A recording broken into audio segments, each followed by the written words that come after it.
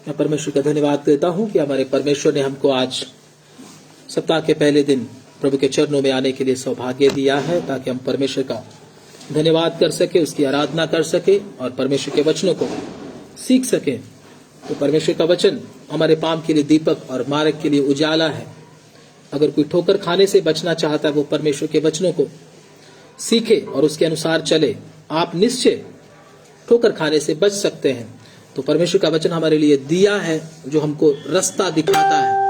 बहुत सारे लोग गड्ढों में गिर जाते हैं, अंधेरे में गिर जाते हैं। क्यों गिर जाते हैं? परमेश्वर का वचन ना होने के कारण या उसको ना मानने के कारण। तो परमेश्वर हम लोगों को हमेशा ही ठोकर खाने से बचाना चाहता है, ताकि हम ठोकर ना खाएं। और प्रभु के वचन में लिखा हुआ है परमेश्वर का आत्मा जो है वो क्या है। अगर प्रभु के वचन में हम पढ़ेंगे तो एक वचन पढ़ेंगे, हमारा विषय ये नहीं है, लेकिन जैसे परमेश्वर हमको सिखाएगा हम उसको सीखते चले जाएंगे। यशाया की किताब निकालेंगे प्रभु के वचन में से,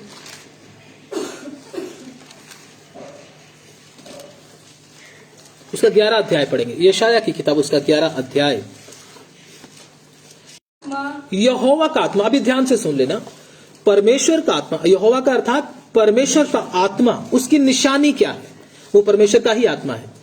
ध्यान से सुन लेना, कई लोग परमेश्वर के आत्मा की और दूसरे आत्मा की पहचान नहीं कर पाते, लेकिन परमेश्वर का वचन हमको अपने प्रकाशन में से बताता है कि यहोवा का आत्मा में निशानी क्या है, चिन्ह उसके अंदर क्या है, उसके अंदर गुण क्या है। कोई भी चीज का अगर हमको गुण मालूम नहीं तो हम तो नकली लेकर आ सकते हैं कि नहीं आ सकते? मान लो मोबाइल लेने के लिए बाजार में चले गए, हमको मालूम नहीं कि रेडमी का फोन कौन सा है या और भी बहुत सारी कंपनी, उनका फोन कौन सा है।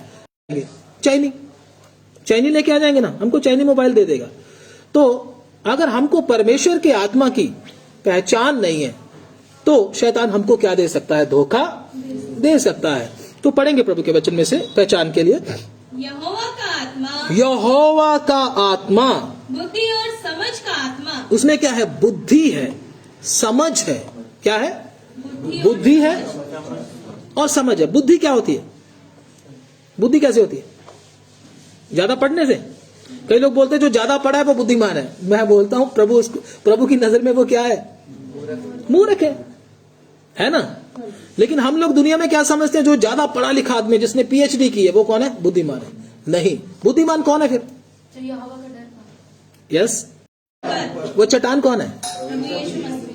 मसीह है। ठीक है ना। तो वो है परमेश्वर का आत्मा। बुद्धिमान हमेशा क्या करेगा? अपने घर को अर्थात अपने विश्वास को किसके ऊपर रखेगा? परमेश्वर के ऊपर रखेगा। और उसको रोना नहीं पड़ेगा, पछताना नहीं पड़ेगा, परेशान होना। परेशान कौन होता है? जिसने अपना घर चट्टान पर, जैसे थोड़ी सी बारिश, मान लो आपने अपना घर रेत पर बना लिया, थोड़ी सी बारिश पड़ेगी, जिसकी नींव नहीं है, मैंने उस दिन भी बताया था, जिसने रेत पर अपना घर बनाया, वचन को ध्यान से पढ़ोगे, उसकी नींव नहीं है, उसने घर बना दिया सीधा। लेकिन जिसने घर अपना चट्टान पर बनाया, उसकी नींव किसके ऊपर है? मत्ती रचित सुसमाचार निकाल लेंगे। आपको मालूम हो गया होगा मैं कौन सा वचन पढ़ने वाला हूं। उसका 7 अध्याय और उसका 24 से लेकर 28 तक 27 तक हम प्रभु के वचन में से इसको धीरे धीरे करके पढ़ेंगे। इसलिए जो कोई मेरी ये बातें सुनकर उन्हें मानता है, इसलिए जो कोई मेरी ये बातें सुनकर उसको मानता है, वह उस बुद्धिमान मनुष्य के समान ठहरेगा। वो उस बुद्धिमान, ध्यान से सुनिएगा, किसके समान? बुद्धिमान मनुष्य के अनुसार ठहरेगा, जिसने अपना घर चट्टान पर बनाया। जिसने अपना घर किधर बनाया? चट्टान के ऊपर घर बनाया। हाँ, और उस घर से टकराई। उस घर से टकराई मतलब बुद्धिमान ने अपना घर किधर बनाया? चट्टान के ऊपर बनाया। और क्या हो गया? आंधी आ गई, मेघ बरसे, बाढ़ें भी आ गई, सब कुछ उसके जीवन में घट गया। बहुत लोग बोलते हैं विश्वासी बन जाओ तो आपके जीवन में कोई प्रॉब्लम नहीं आएगी। मैं बोलता हूं झूठ है, साफ साफ झूठ है। अगर आपको कोई ऐसा बोले, उसको बोलना भाई साहब झूठ बोलना क्या करो, बंद करो, क्योंकि परमेश्वर के वचन को हम झूठा ठहरा। इसमें लिखा है बुद्धिमान जो घर बनाता है उसके ऊपर भी क्या आती है। अगर कोई आपको बोलो इधर आ जाओ, आपको कोई दुख नहीं आएगा। मैं बोलता हूं सबसे बड़ा धोखेबाज वही मनुष्य है। किसी के धोखे में ना आना। बुद्धिमान के घर में उसको टक्कर भी मार दी, तो कोई मेरे से टकरा नहीं सकता, मैं प्रभु के पीछे चल रहा हूं। तो उसने क्या कर दिया? बुद्धिमान को भी क्या मार दी? टक्कर मार दी। किसने टक्कर लगने दी? परमेश्वर ने लगने दी। हम बोलते परमेश्वर मुझे कोई टक्कर लगने नहीं देगा। भाई टक्कर लगेगी, क्योंकि किसमें लिखा है? प्रभु ने तो पहले लिख कर दे दिया। आप परेशान क्यों होते हो फिर? कई लोग बोलते प्रभु ने मुझे ये नहीं दिया, वो नहीं दिया, मुझे घर नहीं दिया, मुझे सरकारी नौकरी नहीं दी। तो प्रभु ने कौन सा वायदा आपके साथ किया था, मैं तुम्हें सरकारी नौकरी दूंगा? किया था? नहीं। बोलो ना, किया था? बहुत लोग परेशान, प्रभु ने कब आपके साथ वायदा किया था आपको बंगला दे देगा? किया था वायदा? कभी नहीं किया था। तो फिर परेशान क्यों? रहूंगा, तेरे साथ साथ चलूंगा, तुझे छुड़ाऊंगा, तुझे हौसला दूंगा, तुझे तसल्ली दूंगा, तुझे पवित्र आत्मा से क्या कर दूंगा? जो प्रभु ने कहा है वो उसको पूरा करता है कि नहीं करता? मैं कभी नहीं छोड़ूंगा, बोला प्रभु ने? बोला कि नहीं बोला? कितने लोग मानते हैं ये बोला है? और कितने लोग मानते हैं कि प्रभु ने मुझे आज भी नहीं छोड़ा? बेशक मेरे जीवन में कमियां आई, घटिया आई, दुर्बलताएं आई, बहुत बार गिर भी गए, लेकिन आज भी उसने मुझे छोड़ा नहीं। वायदा पूरा किया कि नहीं किया?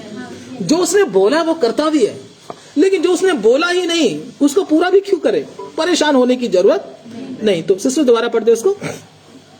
और मैं बरसा और बाढ़े आई और आंधियां चली और उस घर से टकराई, फिर भी वह नहीं गिरा, फिर भी वो नहीं गिरा। हाँ, क्योंकि उसकी नींव चट्टान पर डाली गई। क्योंकि उसकी नींव किसके ऊपर डाली गई थी? चट्टान के ऊपर डाली गई थी। नींव, ध्यान से नोट कर लेना, इसको अंडरलाइन कर लेना। परंतु जो कोई मेरी ये बातें सुनता है और उन पर नहीं चलता, उस पर नहीं चलता, वह उस निर्बुद्धि मनुष्य के समान ठहरेगा। वह उस निर्बुद्धि मनुष्य के समान ठहरेगा, चाहे वो पढ़ा लिखा है, चाहे वो धनवान है, चाहे वो कितना भी इंटेलिजेंट है। प्रभु उसको क्या बोलता है? निर्बुद्धि। वो उस निर्बुद्धि के समान ठहरेगा। आगे, जिसने अपना घर बालू पर बनाया, जिसने अपना घर किसके ऊपर बनाया? बालू के ऊपर। आगे, और मैं बरसा और बाढ़े आई और आंधियां चली और उस घर से टकराई और वह गिरकर सत्यानाश हो गया। वो गिर कर क्या हो गया? अब ढूंढो इसकी नींव किधर है? नींव तो है ही, नींव ही नहीं है इसकी, ऐसे ही घर बना दिया। तो नींव क्या है? हमारा परखा हुआ विश्वास, वो है नींव। परमेश्वर के ऊपर दृढ़ भरोसा, दृढ़ विश्वास, वो है हमारी नींव। जिसका सच में प्रभु के ऊपर भरोसा है वो कभी भी डगमगाता। आंधियां आती हैं, तूफान आते हैं, मुश्किलें आती हैं, जो सोचा था वो नहीं होता, उल्टा ही कई बार हो जाता है, लेकिन फिर भी वो क्या करता रहता है? प्रभु का धन्यवाद, प्रभु का धन्यवाद करूंगा। उसकी संगति में कब रहूंगा? कब? जब आशीष मिलेगी। बहुत सारे लोग उसकी संगति में तब रहते हैं जब आशीष मिलती है। जैसे ही आशीष मिलनी खत्म, वो संगति से क्या हो जाते हैं? हाँ, ऐसे मत करो। तो धन्यवाद करें प्रभु का। तो इसलिए प्रभु का वचन क्या कहता? बुद्धिमान, बुद्धि का आत्मा, उसी में आ जाओ, यशायाह 11:2।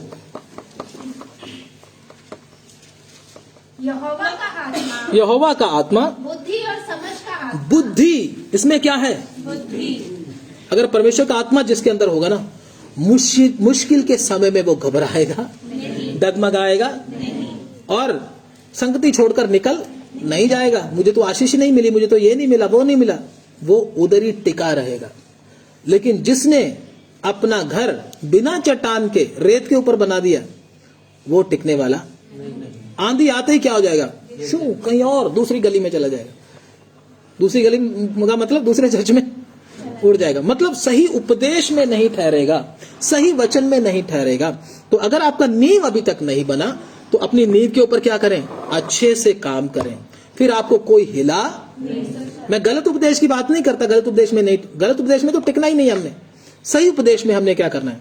टिकना है। उधर अगर टिक गए तो अपना घर किधर बना लेना? उसी समय चट्टान के ऊपर, ताकि आंधियां तूफान आएंगे तो क्या करके जाएंगे? एक विश्वासी का आंधी और तूफान क्या नहीं करते? कभी भी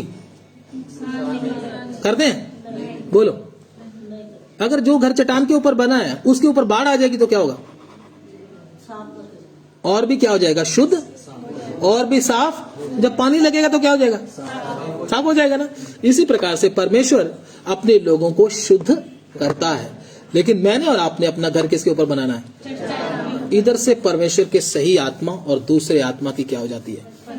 पहचान हो जाती है। प्रभु का जो असली जन होगा, जिसके अंदर सही आत्मा काम करता होगा, वो बुद्धि का आत्मा होगा और उसको क्या बनाएगा? बुद्धिमान। और बुद्धिमान अपना घर किधर बनाएगा? नींव के साथ चट्टान के ऊपर घर बनाएगा, वो कभी भी डगमगाएगा नहीं। अगर रेत पर घर बनाया तो थोड़ी सी मुश्किल आ गई, थोड़ी घर में परेशानी आ गई, मुझे प्रभु नहीं चाहिए, मैं तो चला कहीं और, है ना। तो इसलिए जितने भी विश्वासी इधर बैठे हैं, अगर आप बोलते हो मेरे अंदर सही आत्मा पहचान, बुद्धि का आत्मा, आगे पढ़ो बेटा। यहोवा का आत्मा जी। बुद्धि और समझ का आत्मा, बुद्धि और समझ का आत्मा, युक्ति और पराक्रम का आत्मा, युक्ति और पराक्रम का आत्मा, और ज्ञान और यहोवा के भय का आत्मा ज्ञान। ठहरा रहेगा। ज्ञान किसका ज्ञान? दुनियावी ज्ञान नहीं, किसका? परमेश्वर का ज्ञान। जैसे हमने उस दिन पढ़ा था, मेरी प्रजा मेरे ज्ञान के बिना क्या हो गई? नष्ट हो गई। परमेश्वर का ज्ञान रखेगा, परमेश्वर का ज्ञान के साथ साथ परमेश्वर को जान भी लेगा, ठीक है ना। तो इसलिए मुझे और आपको, जिसको परमेश्वर का ज्ञान है, उसके अंदर कौन सा आत्मा है? जिसके अंदर संसारी ज्ञान है ज्यादा, परमेश्वर का ज्ञान नहीं है, फिर वो कौन सा ज्ञान है? संसारी। और संसारी और शैतानी, समझे ना।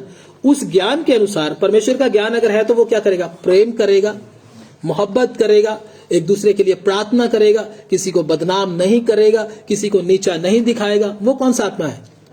परमेश्वर का आत्मा। अगर निंदा करेगा, बदनामी करेगा, किसी को छोटा दिखाने की कोशिश करेगा, तो वो परमेश्वर का आत्मा। किसी को तुच्छ समझेगा तो तुच्छ भी हमने किसी को समझना नहीं।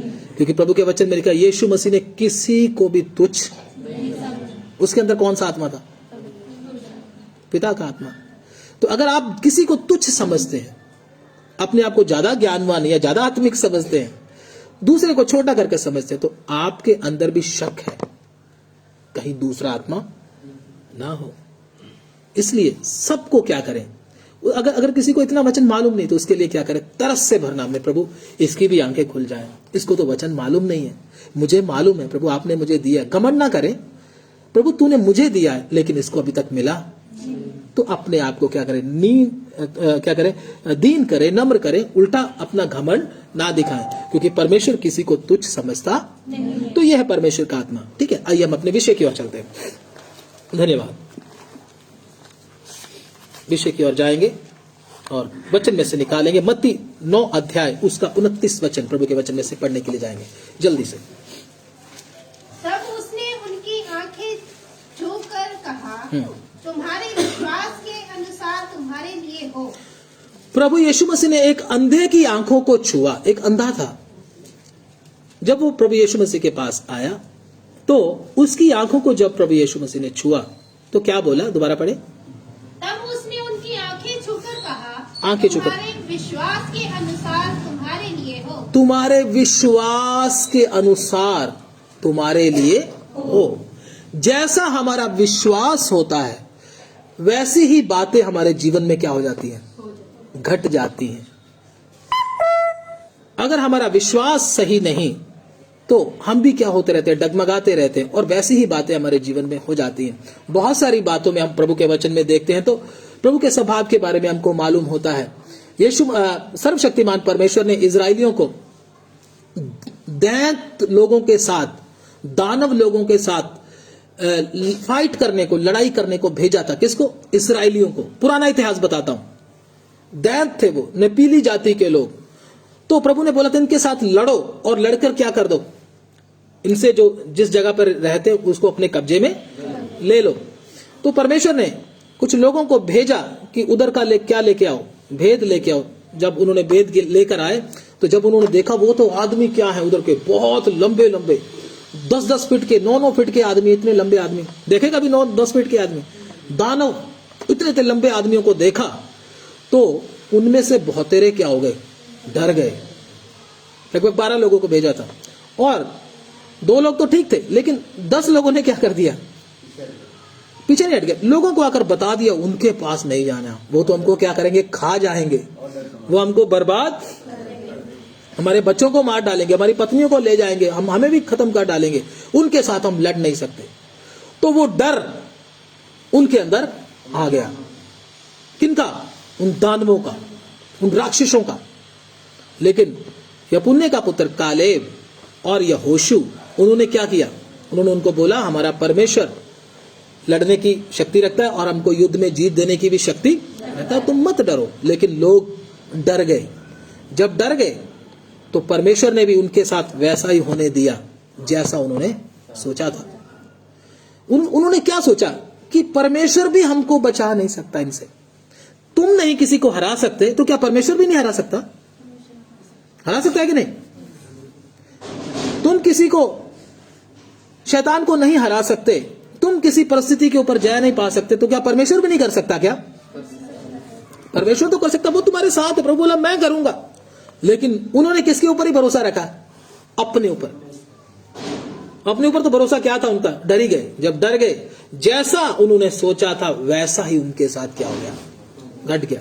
तो परमेश्वर के पास आकर हमको क्या भरोसा रखना चाहिए? मेरा परमेश्वर हर कंडीशन में से मुझको जयवंत करने की क्या देता है? शक्ति देता है और देगा भी।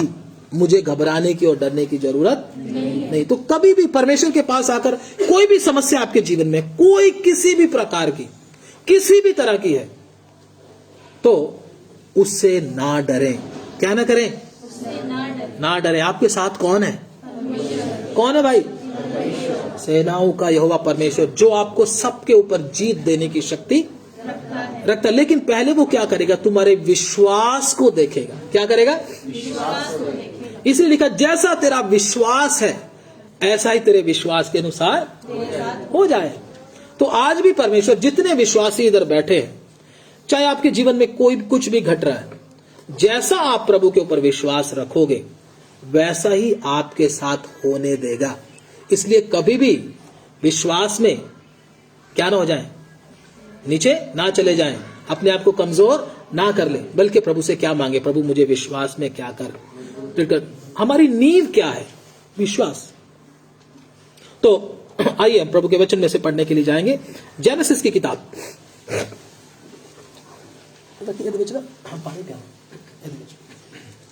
जेनेसिस की किताब, उसका 12 अध्याय, 12 अध्याय है ना? कुछ भी है नहीं, चल रहा है। 12 अध्याय उसका 10 वचन।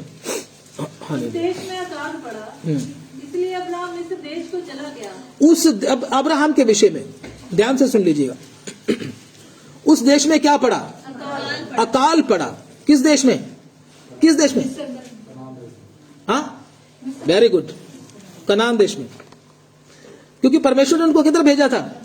कनान देश में भेजा था। कनान देश में क्या पड़ गया? भेजा किसने था? क्या बोलकर भेजा था? हाँ बिल्कुल, नहीं ऐसा तो नहीं बोला था, वो तो बाद में बोला था, शुरू में जब भेजा था।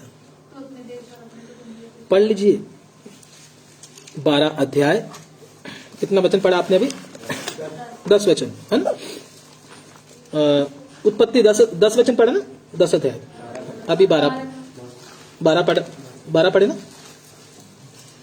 हाँ 12 के 1 पढ़े ना? 12 के 1 पढ़े। यहोवा ने अब्राहम से कहा, यहोवा ने अब्राहम से कहा, अपने देश और अपने कुटुंबियों और अपने पिता के घर को छोड़कर उस देश में चला जा। उस देश में चले जा। किसने भेजा था उसको? परमेश्वर ने। बोलिए किसने भेजा था? परमेश्वर ने। उस देश में चला जा, हाँ, जो मैं तुझे दिखाऊंगा और मैं तुझसे एक बड़ी जाति बनाऊंगा। इसका मतलब जब तक बड़ी जाति बन नहीं जाएगी तब तक अब्राहम नहीं मरेगा। उससे क्या होगा? काम आगे होगा। परमेश्वर उसके द्वारा और भी लोगों को लेकर आएगा। उस समय क्या नहीं था? अब्राहम का तो बेटा भी नहीं था। तो परमेश्वर ने क्या वायदा कर दिया? क्षमा करें,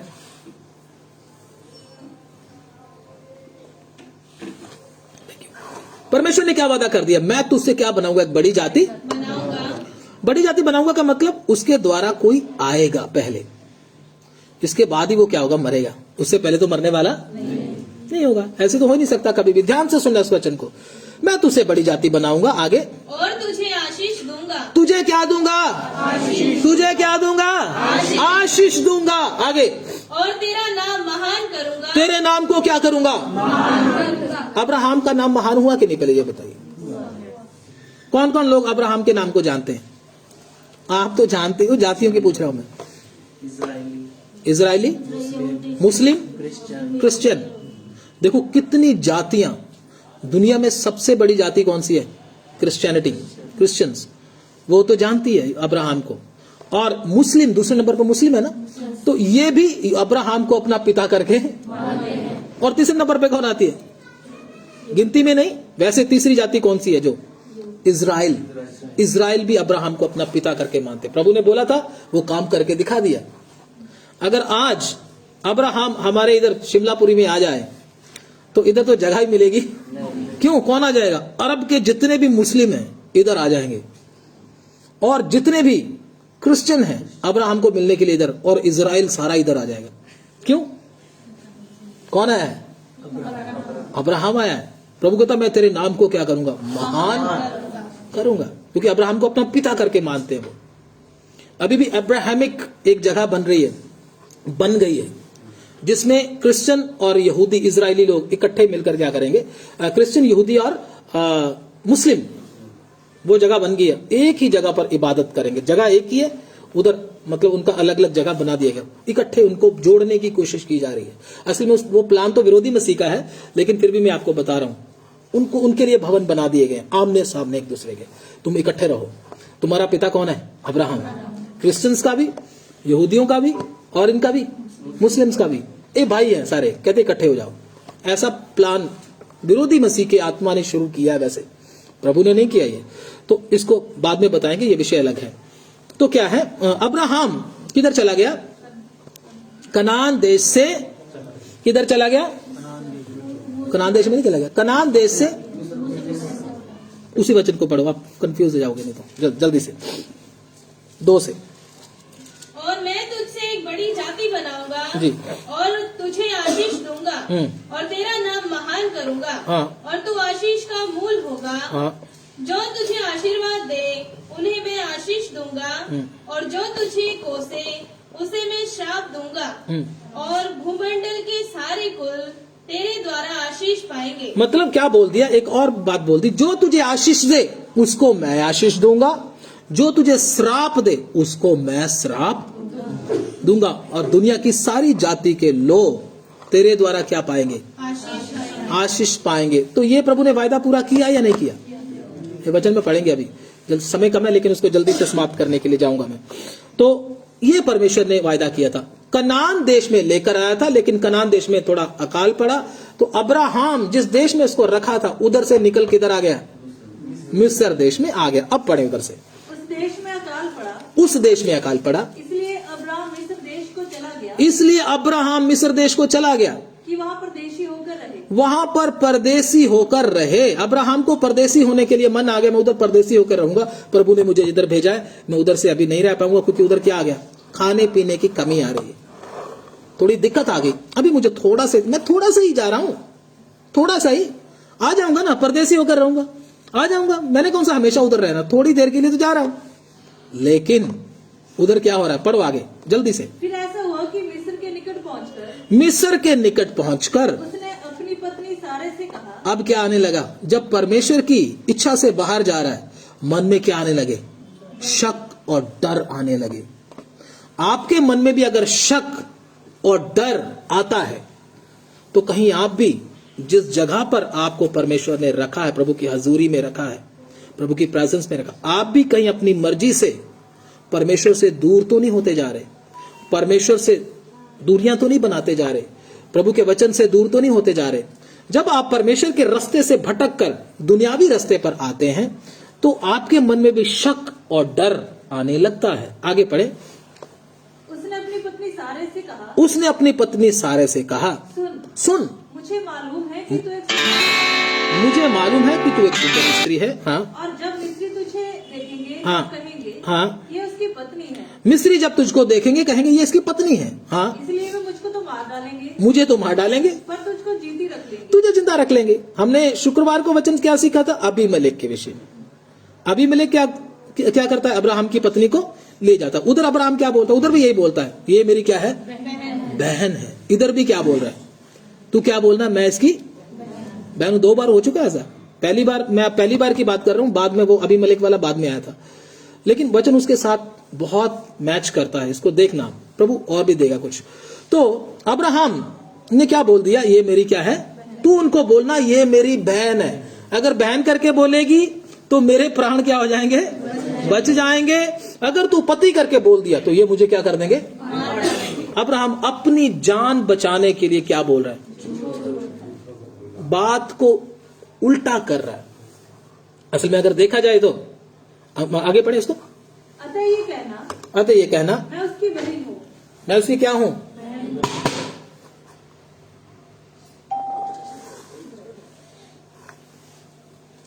अतः ये कहना कि मैं उसकी क्या हूं? बहन हूं। आगे, जिससे तेरे कारण मेरा कल्याण हो। जिससे तेरे कारण मेरा क्या हो जाए? तेरे कारण मेरा कल्याण हो जाए। मतलब पत्नी को क्या कर रहा है? इस्तेमाल कर रहा है अपने कल्याण के लिए। इतना डरपोक आदमी, सोच के देखो, अपनी पत्नी को आगे कर रहा है। डरपोक, डरपोक देखा जाए ना, डरपोक है। परमेश्वर ने तेरे साथ वायदा क्या किया है? मैं तेरे द्वारा क्या बनाऊंगा? एक बड़ी जाति, बड़ी जाति बनाऊंगा, तुझे आशीष दूंगा, भूमंडल के सारे कुल तेरे द्वारा क्या पाएंगे? लेकिन इसको क्या हो रहा है? डर लग रहा है। क्यों डर लग रहा है? क्योंकि जिधर तेरे को रखा गया, जिस जगह पर मैंने तुझे भेजा है ना, किधर? कनान देश में, तो उधर से तू हटकर किधर आ गया? मिस्र देश में आ गया। मिस्र देश किसको बुलाता है? गुलामी को। गुलामी को, संसार को भी बताता है वो वचन है, लेकिन इधर देखेंगे हम, गुलामी को बताता है। ऐसे ही बहुत सारे विश्वासी परमेश्वर को छोड़कर थोड़ी सी मुश्किल आती है तो किधर चले जाते हैं? थोड़ा सा संसार में मिल जाते हैं, थोड़ा सा गुलामी में। थोड़ा सा, मैं तो थोड़ा सा ही जा रहा हूं, इतना ज्यादा तो नहीं, अभी आ जाऊंगा ना, 1 मिनट के लिए बस जा रहा हूं, बस अभी आया, अभी गया और आया, फिर वो कभी आता ही नहीं। मैंने भी कई बार बोला ये गया है ना, अब ये आएगा नहीं, तो फिर वो आया ही नहीं कभी। समझने वाले समझेंगे। तो ऐसा होता है। तो गुलामी में उसको लेकर जा रहा था। तो आगे पढ़े। फिर ऐसा हुआ कि जब अब्राहम मिस्र में आया, अब्राहम मिस्र में आया, तब मिस्रियों ने उसकी पत्नी को देखा, मिस्रियों ने उसकी पत्नी को देखा तो कि वह अति सुंदर है, अति सुंदर है। और फिरौन के हाकिमों ने उसको देखकर हाँ फिरौन के सामने उसकी प्रशंसा की। हाँ इसलिए वह स्त्री फिरौन के घर में पहुंचाई गई, हाँ। और फिरौन ने उसके कारण अब्राहम की भलाई की। अब फिरौन ने जब देखो अपनी पत्नी को किसको दे दिया? हम में से तो कोई ऐसा आदमी नहीं है, ऐसा कभी नहीं करेगा। मरना मंजूर है, लेकिन ऐसा कभी करेंगे? आप में से कोई है तो नहीं ऐसा जो अब्राहम की तरह करेगा? इतना डरपोक आदमी अपनी पत्नी को किसको दे दिया? फिरौन राजा को दे दिया। रख ले तो कोई बात नहीं। अपने आप को क्या बोलता है? प्रभु का दास। इतना डरपोक तू कैसे हो गया? आगे पढ़े। और फिरौन ने उसके कारण अब्राहम की भलाई की। फिरौन ने क्या कर दिया? उसकी भलाई। अब फिरौन की बात मानेगा तो भलाई तो होगी होगी। उसने क्या दिया इसको? आगे बढ़े। और उसको भेड़ बकरी, उसको गिफ्ट मिलने शुरू हो गए। अब गिफ्ट किधर किधर से आते हैं मालूम नहीं। क्या मिल गए? उस समय भेड़ बकरी गिफ्ट होते थे, आजकल तो गिफ्ट कुछ और है। हाँ, गाय बैल, दास दासियां, गधे गधियां और ऊंट मिले। ऊंट मिल गए। इतने बड़े बड़े गिफ्ट मिल गए, समझे ना? बड़े बड़े ऊंट मतलब जहाज। ये राजस्थान का क्या है? जहाज बोलते हैं, राजस्थान का जहाज। तो इतने बड़े बड़े गिफ्ट मिल रहे हैं इसको। क्या करने से?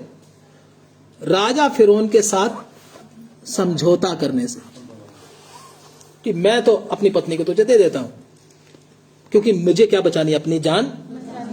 दे दिया तो वो भी खुश हो गया। कौन? फिरौन। ये तो बड़ा आसानी से हो गया काम। तो झूठ मतलब क्या बोला इसने? ऐसा बोलना नहीं चाहिए था इसको। क्या बोलना? सीधा क्या बोलना चाहिए था? कि ये मेरी क्या है? पत्नी है। सबसे बड़ी बात तो जाना ही नहीं चाहिए था उधर, उसको नहीं जाना चाहिए था। पहले भी, अब अगर वचन में देखे तो पहले भी एक आदमी जो परमेश्वर के जगह को, उस इस्राएल को छोड़कर कहीं और गया था। मैं उसको पूरा हिंट नहीं दूंगा आपको, बताइए आप में से कोई है तो बता सकता है। तो उनका कितना नुकसान हुआ था वो बता सकता है? फिर उनको दोबारा उधर आना पड़ा, ये भी बता देता हूं। हाँ, कौन बोला? हाँ, नोआमी। कौन थी नोआमी? रूत की सास। वो भी, उन लोगों ने भी क्या किया था? परमेश्वर के जगह जिधर उनको रखा था, इसराइल को छोड़कर किधर चले गए? मोआब में चले गए। जब वो चले गए तो उधर क्या हुआ? उसका पति भी मर गया, उसके 2 बेटे भी मर गए, है ना। परमेश्वर को, मैं बोलता हूं, परमेश्वर को छोड़ना, परमेश्वर को छोड़ने से क्या होता है? हमारा ही नुकसान होता है। परमेश्वर की उपस्थिति को छोड़ने से हमारा ही नुकसान होता है। इसलिए हम लोगों को प्रभु की हजूरी में रहना चाहिए, परमेश्वर के साथ लिपटे रहना चाहिए, परमेश्वर के साथ क्या रहना चाहिए? हमेशा उसकी उपस्थिति में रहना चाहिए। तो इन्होंने क्या किया? परमेश्वर से जो बोला, जिस जगह पे बोला था, परमेश्वर ने इसको उधर से निकल कर किधर आ गए? मिस्र देश में गुलामी में चले गए, गुलामी में चले गए। जब गुलामी में चले गए तो फिरौन राजा ने क्या कर लिया? इसकी पत्नी को क्या कर लिया? अपने घर में रख लिया। जब रख लिया, आगे पढ़े जल्दी से। परंतु यहोवा ने फिरौन और उसके घराने पर अब्राहम की पत्नी सारे के कारण बड़ी बड़ी विपत्तियां डाली। परमेश्वर ने क्या किया? परमेश्वर आराम से सोया रहा जैसे अब्राहम सो रहा था? अब्राहम तो अपनी पत्नी को देकर सो रहा है, बड़े मजे से खराटे मार रहा है। क्या मिल रहा है? हर रोज क्या आ रहे हैं? ऊंट आ रहे, गधे आ रहे, भेड़ बकरी आ रही, गिफ्ट आ रहे, खुश हो गया। लेकिन परमेश्वर को चैन मिल नहीं रहा। परमेश्वर क्या है? मैंने आपको बोला था, परमेश्वर वफादार है। कई बार हम अविश्वासी हो जाते हैं, लेकिन वो विश्वास योग्य बना रहता है। अब्राहम तो सो गया बड़े मजे से, परमेश्वर नहीं सो रहा।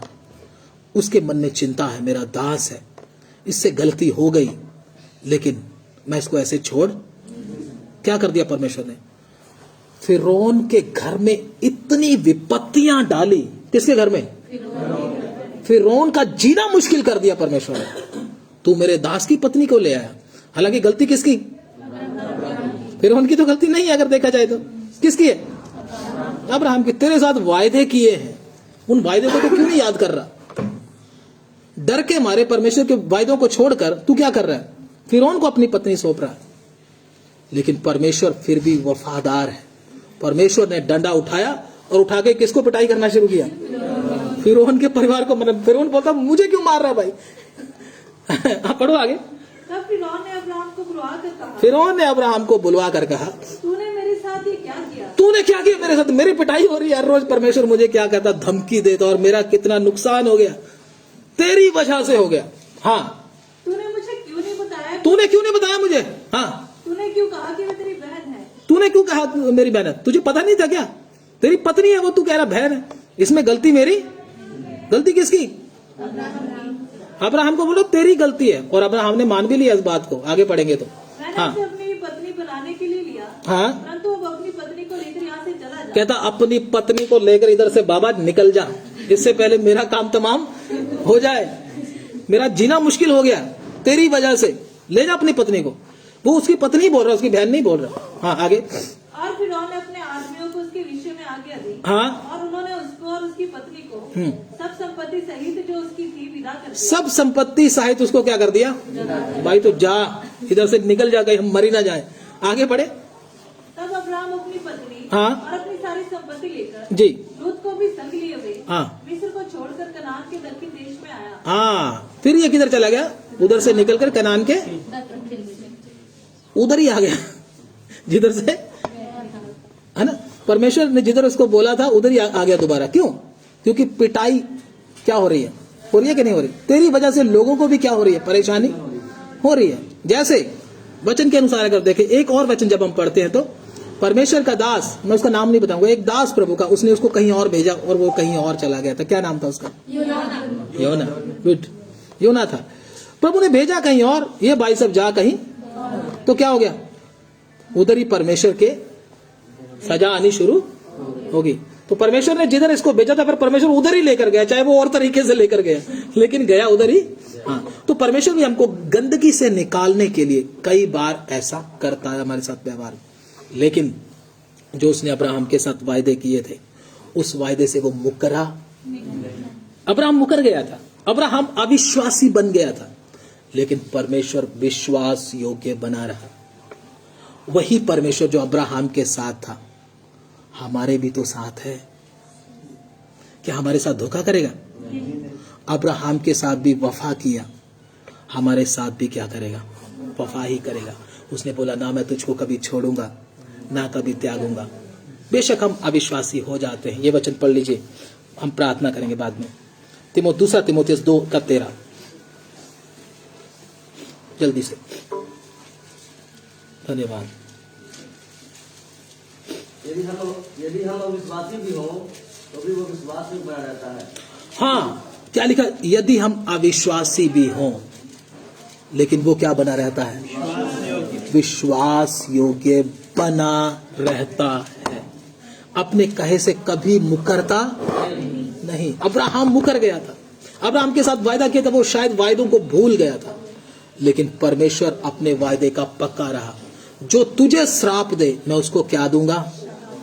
तू अब्राहम का नुकसान करेगा? किसको बोला? फिरौन को। तू करेगा? तू अपने आप को फेरो समझता है, अपने आप को दुनिया का सबसे बड़ा राजा समझता है ना? ले देख अब, क्योंकि मैंने इसको क्या दिया है? आशीष दिया है। अगर तू उसका नुकसान करेगा मैं तेरा नुकसान। तो एक विश्वासी अगर परमेश्वर के ऊपर भरोसा रखेगा, जिसके साथ परमेश्वर है उसका विरोधी कौन हो सकता है? क्योंकि आपके साथ कौन है? पूरी सामर्थ के साथ आपके साथ परमेश्वर खड़ा है। आप परेशान क्यों? आप भी अब्राहम की तरह क्या हो गए? भूल गए, उसके वायदों को भूल गए, इसलिए आप आज परेशान हैं। तो वो विश्वास योग्य है, उसके ऊपर कभी शक ना करें। और भी बहुत सारे वचन अगर हम उसको पढ़ेंगे तो बहुत समय लग जाएगा, लेकिन अब्राहम ने अपने दिमाग में ये कहानी बना ली थी, अगर ऐसा करूंगा तो मैं मर जाऊंगा, अगर ऐसा मैं अपनी पत्नी करके उसको बोलूंगा तो वो मुझे पकड़कर क्या कर देंगे? मार डालेंगे।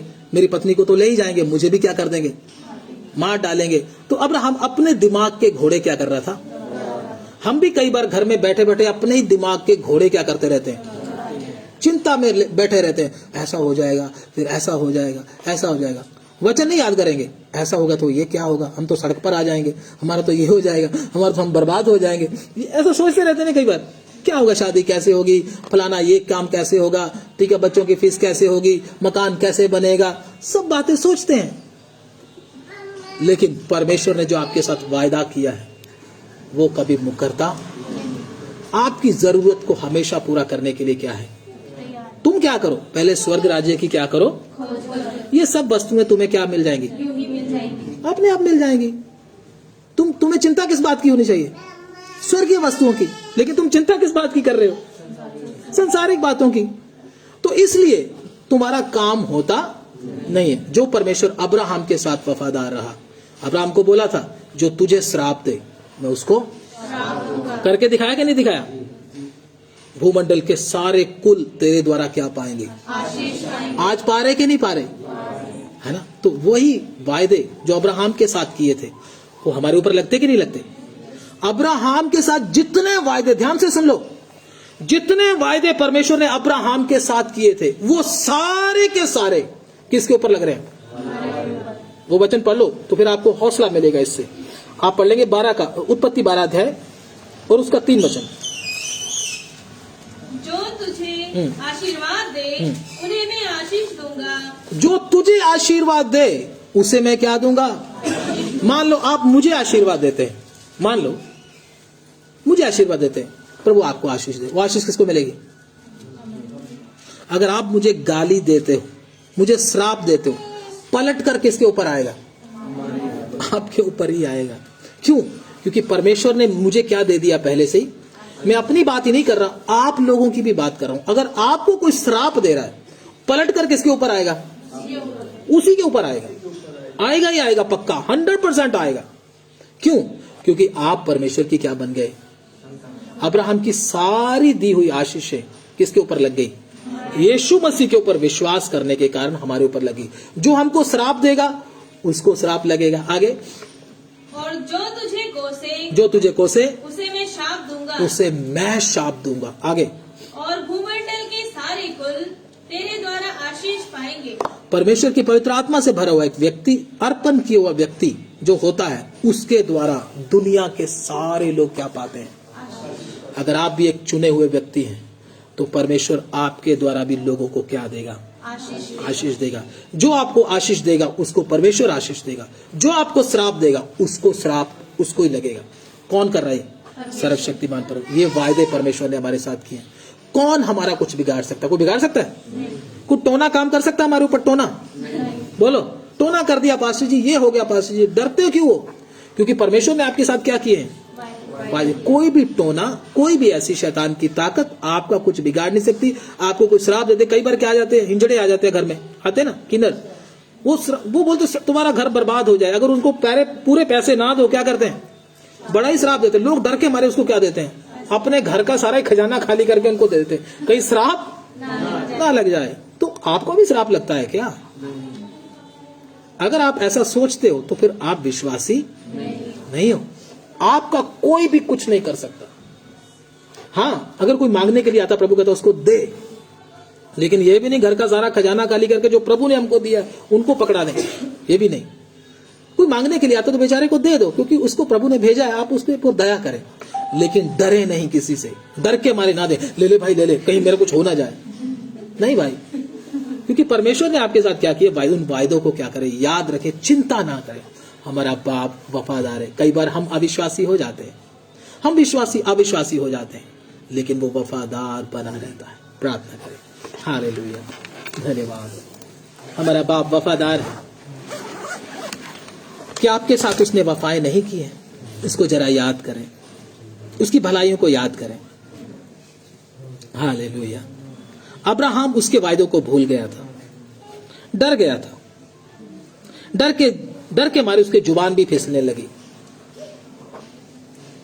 लेकिन परमेश्वर अब्राहम की तरह निश्चिंत होकर पड़ा नहीं रहा। अपना दास होने के कारण अपने किए हुए वायदों को जब उसने याद किया,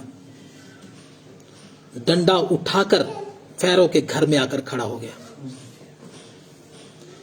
फैरो तंग होकर अब्राहम के पास जा रहा है, डर के मारे उसके मन में भय छा गया। अब्राहम को उसने बाइज्जत उधर से भेजा, उसकी पत्नी को भी उसको दे दिया, क्योंकि वो परमेश्वर का चुना हुआ दास है। आगे जब हम वचन पढ़ते हैं तो परमेश्वर उसको बोलता, वो मेरा चुना हुआ दास है, वो तेरे लिए प्रार्थना करेगा, तभी तुम लोग चंगे हो जाओगे। परमेश्वर ने उनके ऊपर विपत्तियां डाली। जब अब्राहम ने प्रार्थना किया, वो चंगे हो गए। परमेश्वर हमें अपनी आंख की पुतली की तरह रखता है। आप नहीं जानते वो आपसे कितना प्यार करता है और अपने वायदों को पूरा करता है। वो कवनेंट कीपर है, वायदे को पूरा करने वाला। शायद आप उसके वायदों को भूल गए होंगे, शायद आप अविश्वासी बन गए होंगे, लेकिन वो आज भी वफादार है। हालेलुया। आपके जीवन में आने वाली प्रत्येक घटना से आपको मजबूत करता है, आपको स्थिर करता है। डरे ना, चिंता ना करें, परमेश्वर के ऊपर भरोसा रखें। हालेलुया। धन्यवाद। स्वर्गीय पिता, धन्यवाद देते हैं प्रभु तेरे वचन के लिए जो आपने हमको दिया है। तेरे सब लोग आशीष पाएं और तेरे वायदों के ऊपर भरोसा रखें जो तूने इनके साथ किए। चिंतित ना हो, अब्राहम की तरह डर ना जाए। इनको हौसला और तसल्ली दे, विश्वास में मजबूत कर, और पिता हर शैतान के फंदों से बचाकर अपनी पनाह में रख। चट्टान के ऊपर घर बनाए, दृढ़ता के साथ ठहरे रहे और खरे निकले, प्राण देने तक विश्वास योग्य रहे। तेरे हाथों में सबको सौंपता हूं। सुनने वाले प्रभु जी जितने भी जन जो इधर हमारे बहन भाई बैठकर सुन रहे हैं, और जो हमारे बहन भाई हमसे दूर हैं, ऑनलाइन सुन रहे हैं, सबको आशीष देना। तेरी आशीष अब्राहम, इसहाक और याकूब की आशीषें जो भी आपने हम सबको दी है, वो इनके ऊपर भी लगी रहे। और प्रभु जी इनको विश्वास हो जाए, जैसे अब्राहम के साथ मेरा परमेश्वर रहा, मेरे साथ भी रहेगा। तेरे हाथों में सौंप देते, सबको आशीष देना। अंधकार के सारे बंधन यीशु मसीह के नाम में खुल जाए, सबको आजादी देना, यीशु मसीह के नाम में, आमीन। अब हमारे खुदावंद प्रभु यीशु मसीह का फजल, पिता परमेश्वर का प्रेम, पवित्र आत्मा की सबाता और संगति इस जुन के साथ, तमाम प्रभु के संतों के साथ, हमारे खुदावंद प्रभु यीशु मसीह की आमद तक होता रहे। आमीन, आमीन। सबको जय मसीह की। प्रभु आप सबको बहुत बहुत आशीष दे। God bless you. धन्यवाद।